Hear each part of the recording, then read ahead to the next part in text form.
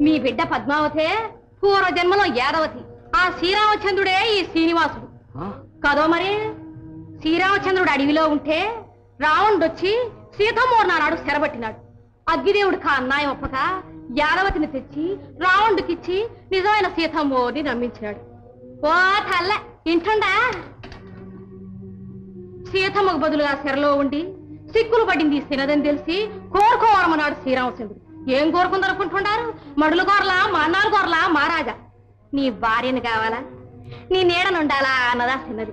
ఓ తల్ల కొంప ముంచిందని ఉక్కిరి బిక్కిరి అయిపోనాడు శ్రీరామచంద్రుడు. ఈ జన్మకు కాదులే, పై జన్మకులే అన్నాడు. ఆ వరమే ఈ స్వయంవరం మహారాజా. అమ్మా, నీవెవరవో దైవజ్ఞురాలి కదా. మరే ఇదంతా నిజమేనా? నిజాన్ని అడుగుతుండావా ఎర్రినా తల్లి? అంబబలుకులు అబద్ధాలంటుండావా? ఆనవాళ్ళు కావాలంటే చూసుకో. నేనట్ట పోంగానే ఒక ముసలమ్మ వస్తుంది, మనువు మాట్లాడద్ది, ఊ అంటూ ఊ కొడుతూ మనువు ఒప్పుకోవే.